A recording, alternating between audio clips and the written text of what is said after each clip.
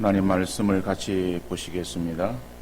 신약성경 마태복음 9장 35절에서 38절 말씀이 되겠습니다. 신약성경 마태복음 9장 35절에서 38절까지의 말씀을 제가 읽어드리겠습니다. 예수께서 모든 도시와 마을에 두루 다니사 그들의 회당에서 가르치시며 천국 복음을 전파하시며 모든 병과 모든 약한 것을 고치시니라. 무리를 보시고 불쌍히 여기시니 이는 그들이 목자 없는 양과 같이 고생하며 기진함이라. 이에 제자들에게 이르시되 추수할 것은 많되 일꾼이 적으니 그러므로 추수하는 주인에게 정하여 추수할 일꾼들을 보내 주소서 하라 하시니라. 아멘. 요즘은 비닐하우스에서 재배되어진 아주 탐스러운 그러한 딸기가 벌써 나왔고, 그리고 보니까는 노란 참외가 나와 있더라고요. 참외는 여름 과일입니다. 수박하고 참외 그러면은 우리가 예전서부터 여름 방학 그러면은 수박하고 참외 이것을 떠올릴 정도로 과일, 여름 과일의 특색이 있는 그런 과일이에요. 근데 요즘은 뭐 그런 계절을 있는 것 같아요. 그래서 하우스 재배하다 보니까는 또 농법도 발달되어서 앞서가는 것 같습니다. 그래서 이 딸기를 이렇게 보면은 아주 딸기도 맛이 있고 그리고 보기에도 굉장히 탐스럽게 맺혀 있는 것을 볼 수 있어요. 자, 딸기가 맺혀 있는 그 하우스, 그 밭을 이렇게 보는 농부의 마음은 어떻겠는가? 파란 그러한 잎사귀들 사이에 이렇게 보이는 빨간 딸기의 그 모습을 보는 그 농부의 마음은 막 그냥 흥분되어질 거예요. 너무너무 좋을 거예요. 그리고 그 딸기를 어서 수확해서 빨리 출하해야 되겠다라고 생각을 할 것입니다. 그런데 그 딸기를 출하해야 되는 그러한 때에 일할 사람이 없어요. 집안에도 사람이 없고 또 그것을 위해서 사람을 품을 살려고 해도 품삯을 주고라도 살 사람이 없다라고 한다면은, 그리고 그 밭에서 농익어가는 그 딸기를 바라보는 농부의 마음은 이건 기쁨이 아니라 속이 타들어갈 거예요. 농사를 짓는데 씨를 뿌리는 때도 있고 김을 매는 때도 있고 그리고 거름을 주고 가꾸는 때도 필요하겠지만은 그보다 가장 중요한 것은 아마 그것을 거두어 드리는 수확의 때, 추수의 때가 가장 중요한 시기라고 말할 수 있지 않겠어요? 열심히 씨를 뿌리고 가꾸었는데, 그래서 잘 자라는 그러한 농작물을 보면서 기뻐했는데 그 농작물을 결국엔 추수하지 못했다고 한다면은 1년 헛수고한 거 아니겠습니까? 그래서 다른 모든 시기들도 중요하지만은 추수의 때가 농사 짓는 그 농사꾼에게 있어서는 가장 중요한 시기라고 말할 수 있다. 그렇단다면은 오늘 영적으로 볼 때에도 역시 추수의 때가 중요하고, 추수의 때에는 추수해서 그 알곡을 창고에 드리는, 열매를 거두어 드리는 그러한 실질적인 추수가 우리에게 필요하고 소용되어지는 거예요. 오늘 본문의 말씀을 보면은 바로 그러한 상황을 말씀하고 있습니다. 여러분, 우리 교회도 2016년 맞이하면서 예수하러 나눔 축제를 전도위원회에서 주관하고, 그리고 필요한 것들을 기획팀에서 지원하며 모든 성도들이 여기에 동참하고 있습니다. 이제 지난주에 이어서 오늘까지 전도 대상자를 작정하고, 이어서 전도 대상자를 중심해서 전도를 해야 하는 것입니다. 그러니까 전도한다라고 하는 것은 영적 추수이기에 영혼을 거두어 들였어요. 그래서 하나님 나라 창고에 가득 채우는 그러한 일들을 이루어 가야 될 것이다. 자, 그러기 위해서는 우리에게 필요한 것이 무엇인가 라고 하는 것을 오늘 본문의 말씀을 가지고 같이 살펴보기를 원합니다. 첫 번째, 영적 추수를 위해서 필요한 것은 주님의 안목을 가질 수 있기를 바랍니다. 그러니까 영적 추수, 전도죠. 그러니까 전도를 위해서는 주님의 안목을, 주님의 관점을 가져야 된다라고 하는 거예요. 자, 오늘 본문 35절에 보면은 예수께서 모든 도시와 마을에 두루 다니사 그들의 회당에서 가르치시며 천국 복음을 전파하시며 모든 병과 모든 약한 것을 고치시니라. 예수님께서는 이제 공생애를 시작하시면서 여러 마을들을 다니시면서 하나님 말씀을 전하십니다. 그리고 나오는 그러한 사람들의 문제를 해결해 주시는 거예요. 사람들은 문제를 가지고 예수님을 찾아 나왔습니다. 거기에 보니까는 어떠한 문제를 가지고 나왔는가 하면은 모든 병과 모든 약한 것을 이라고 말하고 있어요. 자기의 가지고 있는 육체의 질병과 인생의 문제를 가지고 주님을 찾아 나왔습니다. 그럴 때 그것을 보신 주님께서 다 고쳐주셨어요. 고쳐주시니까는 사람들이 그 예수님의 소문을 듣습니다. 가는 곳곳마다 소문이 꼬리에 꼬리를 물고 계속 이어집니다. 그러다 보니까는 많은 소문으로 인해서 사람들이 예수님께 나오기 시작했습니다. 그래서 마태복음 9장 26절에서는 그 소문이 그 온 땅에 퍼지더라. 예수님의 소문이 각처에 두루 퍼져서 예수님이 지나가신다라고 하면은 소문을 듣고 사람들이 그 예수님께로 계속 모여들고 운집해 있는 것을 보게 되어집니다. 그래서 오늘 보면 36절에서도 무리를 보시고 그랬어요. 그러니까 예수님께로 나온 그러한 사람들, 수많은 사람들을 오늘 본문은 무리라고 말하고 있어요. 무리. 그렇죠? 몇 명이 되는지는 모릅니다. 그러나 한두 명은 아니에요. 수많은 사람들이 예수님 주변에 모였습니다. 자, 그런데 그 모인 사람들이 35절의 말씀처럼 자기들의 가지고 있는 그러한 각종 질병들과 그리고 여러 가지 인생의 문제들을 가지고 예수님을 찾아 나왔어요. 자, 그 찾아 나온 무리들을 예수님이 보셨는데 예수님은 그들을 어떻게 보셨는가? 어떠한 눈으로 그들을 보셨는가? 라고 하는 것이 오늘 보면 36절에 이어져 나오고 있습니다. 무리를 보시고 불쌍히 여기시니 이는 그들이 목자 없는 양과 같이 고생하며 기진합니다. 자, 이 36절의 말씀을 원어를 직역해서 다시 읽어보면은 그리고 무리들을 보시고 그들에 관하여 불쌍히 여기셨다. 왜냐하면 그들이 지쳐 있었고 목자 없는 양들과 같이 내던짐을 당하였기 때문이다. 여러분, 같은 말씀이지만은 그러나 오늘 우리가 읽은 개역 개정 한글 성경은 그 원문에 직역되어진 것이 너무 이렇게 좀 딱딱하기 때문에 그것을 좀 이렇게 부드럽게 의역화한 거예요. 근데 그것을 원문을 보면은 그렇게 나와 있습니다. 별다른 뜻은 없지만은 그러나 그 말씀이 명확하게 그 의미를 우리에게 던져주고 있어요. 예수님께서는 그들의 무엇을 보셨는가 하면은 그들이 지쳐 있었음을 보셨어요. 왜 지쳐 있었는가? 그들이 이리저리 방황했었기 때문에 지쳐 있었다는 거예요. 그 지쳐 있었던 이유가 목자 없는 양과 같이 내던짐을 당하였기 때문이다. 여러분, 우리가 양에 대해서는 잘 습성을 알지를 못합니다. 그러나 성경에 양과 목자에 대해서 구약과 신약 성경에 계속해서 반복해서 말씀하고 있어요. 그러니까 유대인들에게 있어서는 그 양이라고 하는 것이 아주 익숙한 동물이에요. 그렇기 때문에 양과 목자 이렇게 이야기만 하더라도 바로 다 알아들을 수 있는 그러한 내용의 말씀이었어요.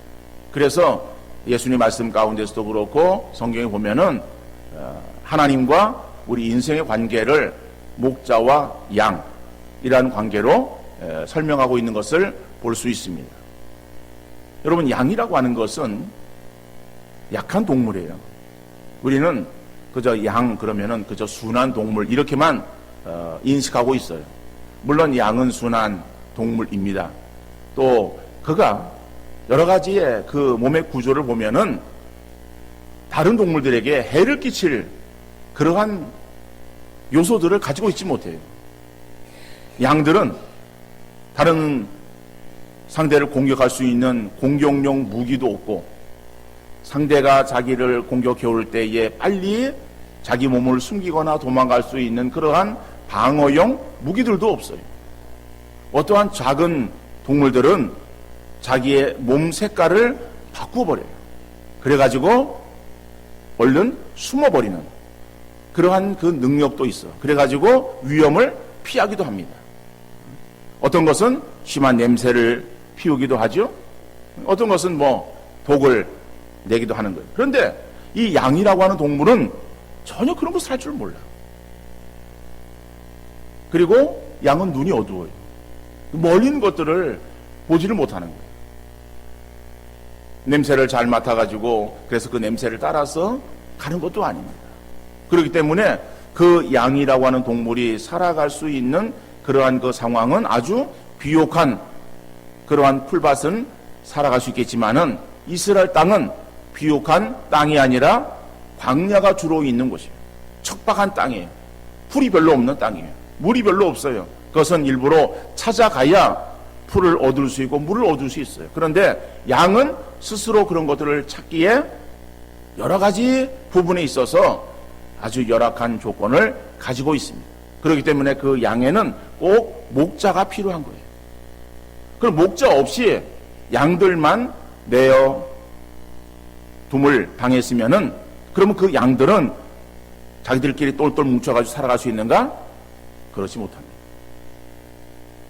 우리나라에 개를 키우는 인구가 점점 늘어나고 있어요.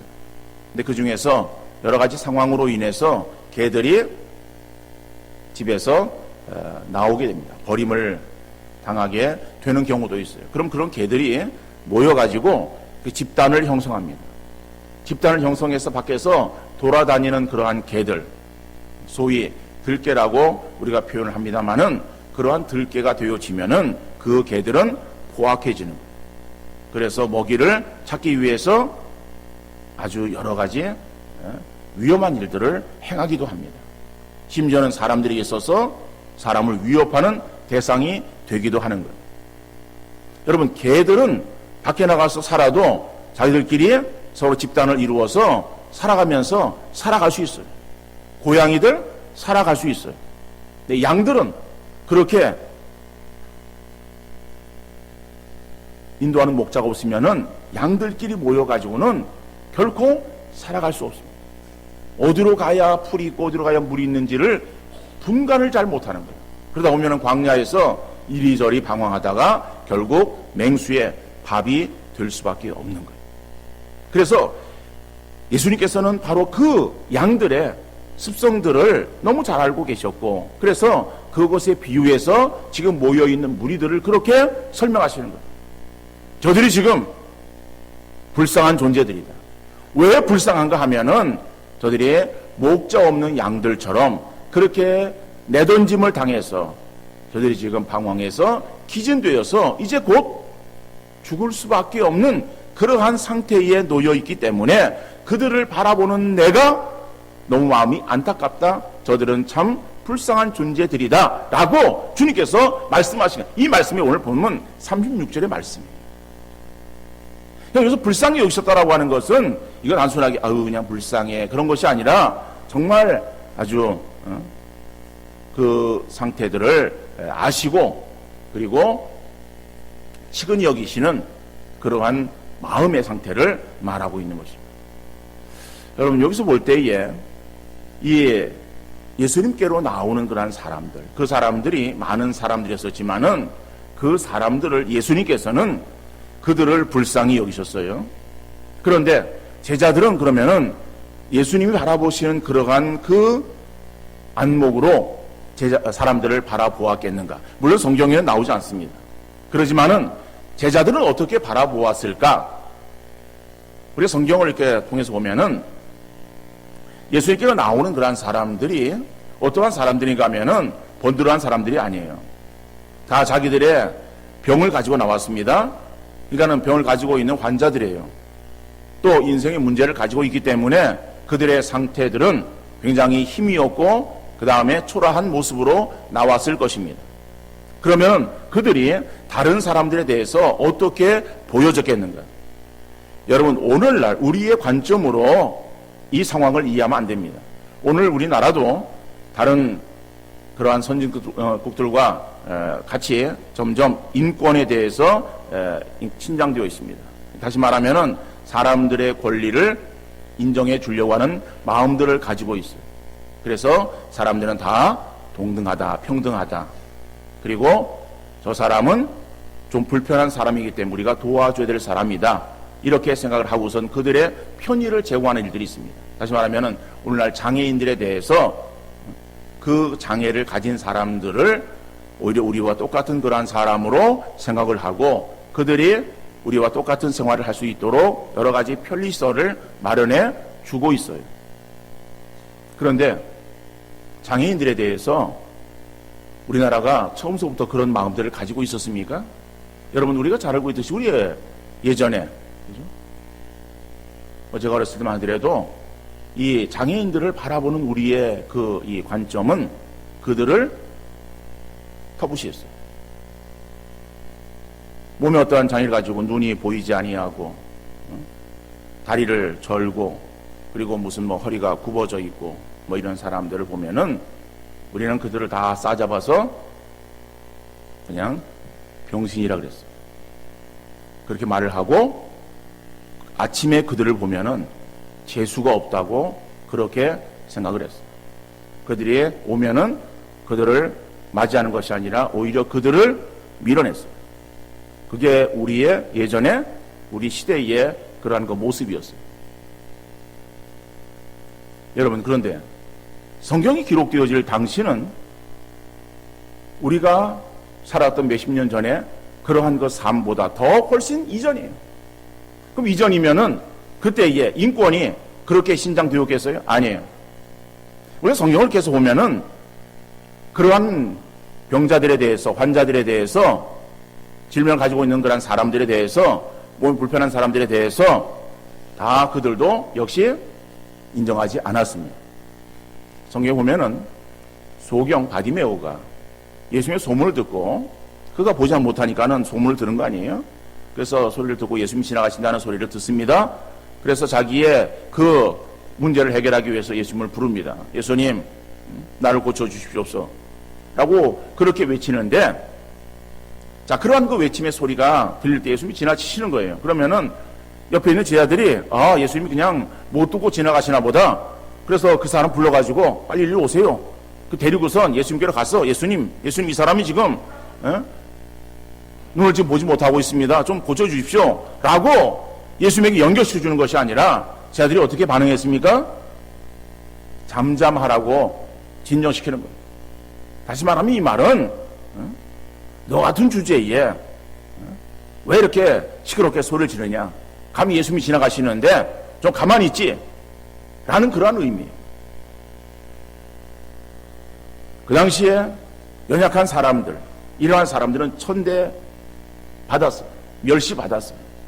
그리고 그러한 병들을 가지고 있는 것이 그것이 하나님의 어떠한 진노, 저주의 대상으로 그렇게 생각을 했었어요. 그러니까는 그들이 그렇게 사회적으로 약자였었고 인정받지 못하고 소외되었던 그러한 사람들이에요. 그러니까 그러한 관점으로 그러한 연약한 사람들을 바라보던 그 시대에 있었던 제자들도 역시 마찬가지로 어떤 마음이었을까요? 당연히 일반 사람들과 똑같은 마음으로 그들을 바라보았을 것입니다. 다시 말하면은 찾아오는 그러한 사람들을 예수님은 무리를 보시고 그들을 불쌍히 여기셨어요. 그러니까 그거는 그들의 영적인 상태, 내면의 상태를 보시고 예수님은 아, 저들이 지금 인도자가 없어서 방황하는 그러한 양것처럼 저렇게 방황하다가 결국엔 기진해서 죽을 수밖에 없는 그러한 존재들이기 때문에 참 저들이 안타깝다라고 하는 그러한 그 마음을 가지고 그들을 보셨지만은 똑같은 대상을 바라보는 제자들은 아유 저 사람들 왜 귀찮게 여기 와서 지금 예수님이 지금 할 일도 많고 가야 될 곳도 많은데 왜 이렇게 앞길을 막고 이렇게 불편하게 하는가 라고 그렇게 생각을 했었다라고 합니다.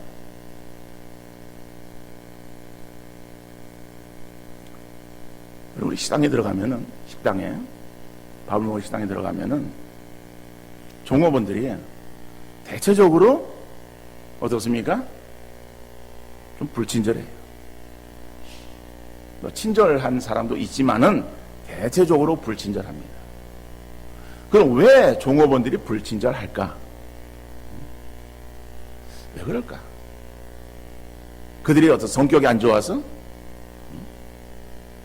성격이 뭐 좋고 안 좋고 그런 것은 거기에 그렇게 문제가 되지 않는 것 같아요. 종업원들은 오는 그러한 그 손님들을 자기의 고객으로 생각하는 것이 아니라 자기의 일감으로 생각하는 거예요. 다시 말하면은 10명이 와서 자기가 10명을 이렇게 서빙하는 거예요. 서빙하는 것은 이제 봉사하는 것을 말하는 거예요. 그러니까 서빙이라는 말이 이제 오늘 이제 봉사한다라고 하는 그런 의미예요. 그러면 말 그대로 봉사해야 되는데 이게 봉사라고 하는 그런 것이 아니라 자기에게 주어지는 돈 받고 일하는 거예요. 지금. 내가 이 사람들에게 있어서 이러이러한 일들을 행하는 것이 내가 할 일이야. 그런데 10명 정도에게만 하면 되는데 그날 따라서 수명이 왔어요. 그러면은 수명이 무슨 10명이 자기가 해야 될 일들보다 더 많아진 거야.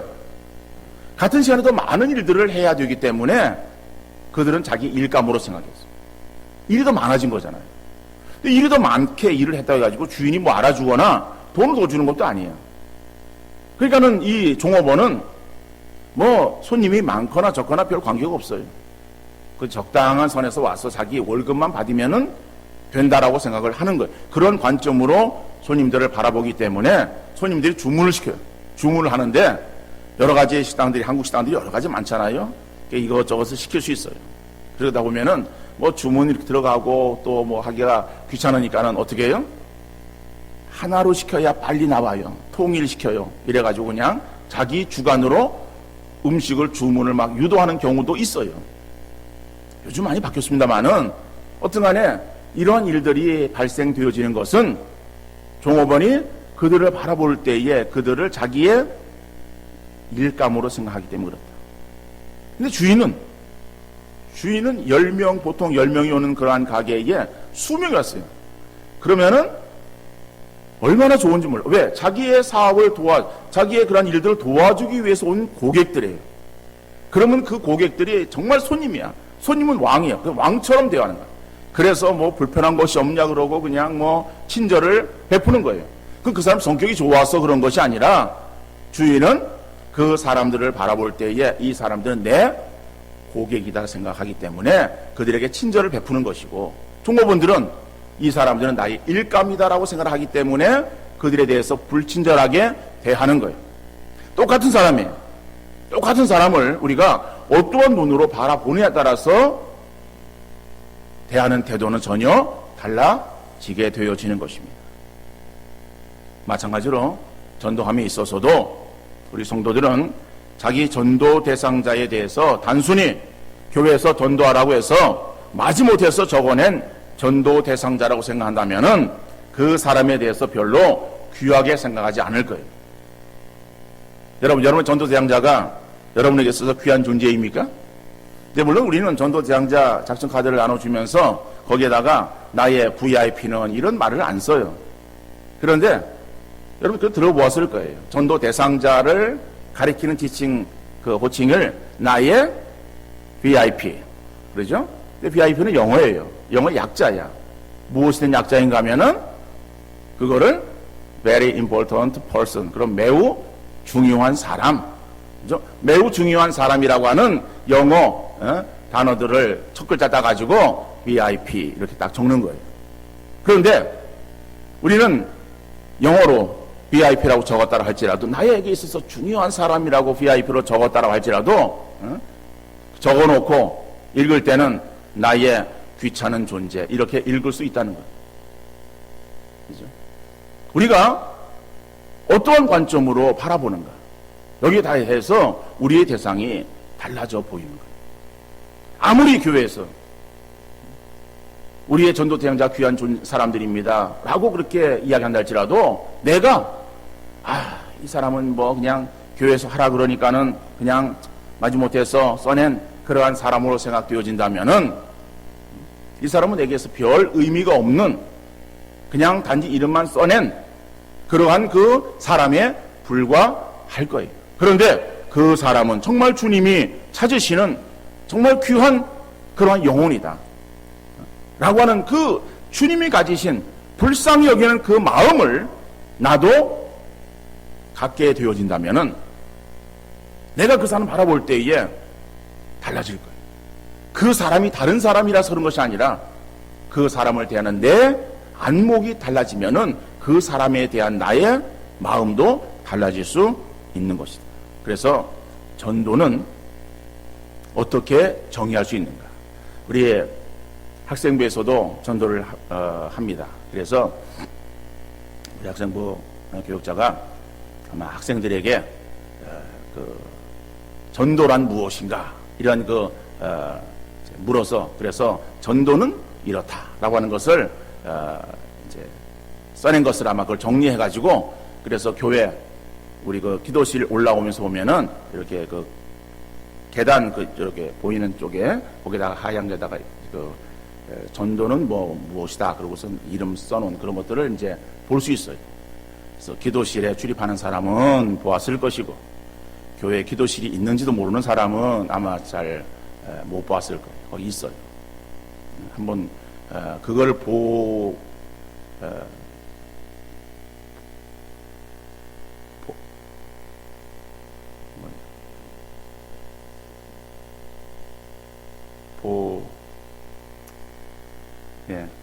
얘는 보아야 되겠다 이런 어떤 마음을 가지고서라도 한번 좀 기도실 가세요.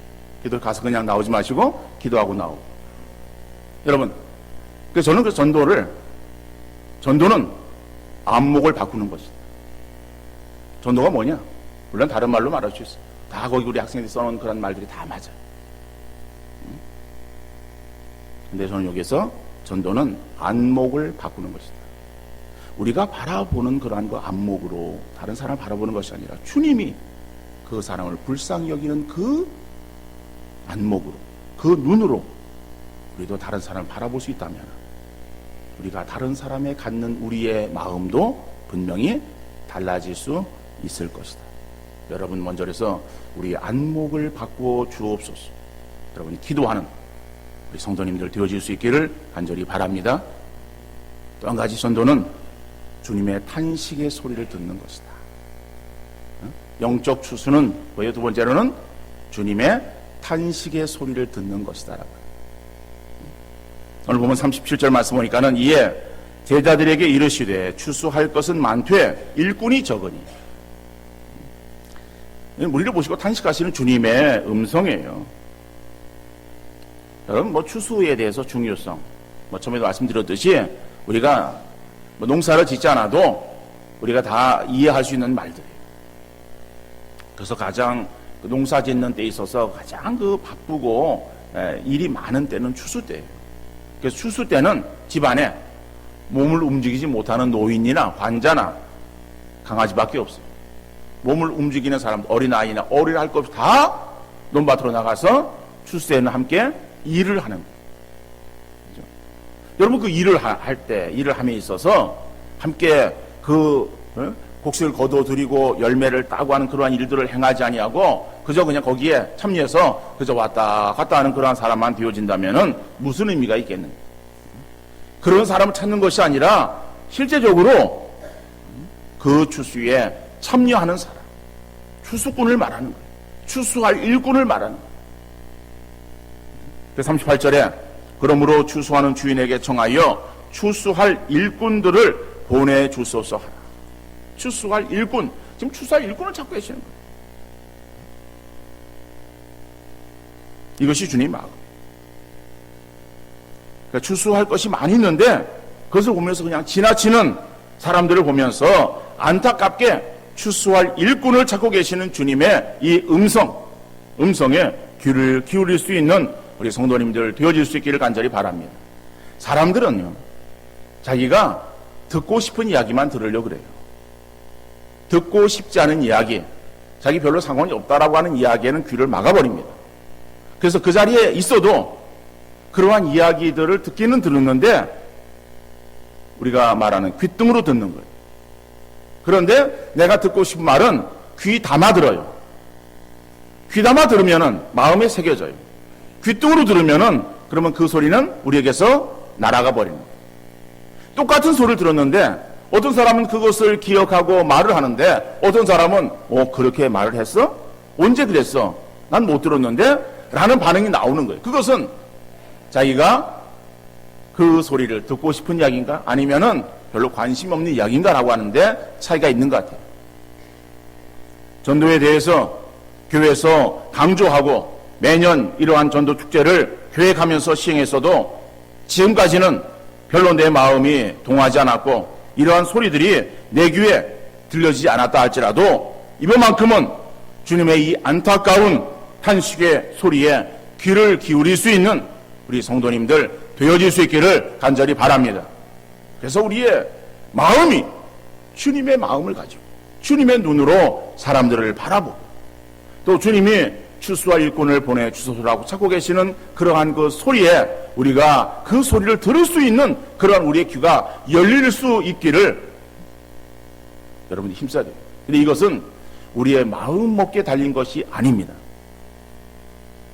사람이 마음 먹기에 달려서 이와 같은 일들을 행할 수 있는 것이 아니에요. 사람이 마음을 먹어서 행하려고 작정을 해도 우리의 작정은 사흘을 못 넘겨요.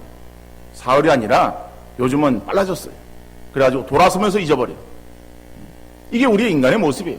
그러니까는 내가 무엇을 하려고 그래 한번 어떻게 해봐야 되겠다 라고 우리의 마음을 그냥 작정하는데 그치는 것이 아니라 여러분 이를 위해서 먼저 기도하는 우리 성도님들 되어질 수 있기를 간절히 바랍니다. 전도는 관점을 바꾸는 거예요. 안목을 바꾸는 거예요.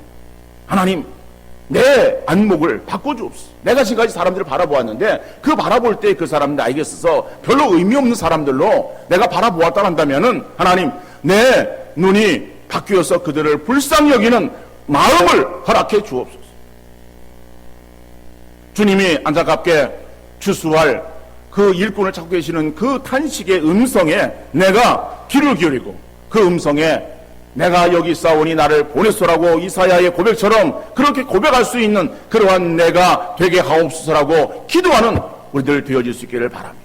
성령이 우리의 심령을 움직여 주시면 감동 감화시켜 주시면 우리의 심령이 그렇게 움직여질 때에 우리는 그 마음대로 우리가 행동에 옮겨질 수 있는 거예요. 그러나 마음이 움직여지지 않으면요 아무리 하라고 해도 그런 소리를 듣고서 행하는 그 일들이 휴식에 그쳐질 수밖에 없는 것입니다.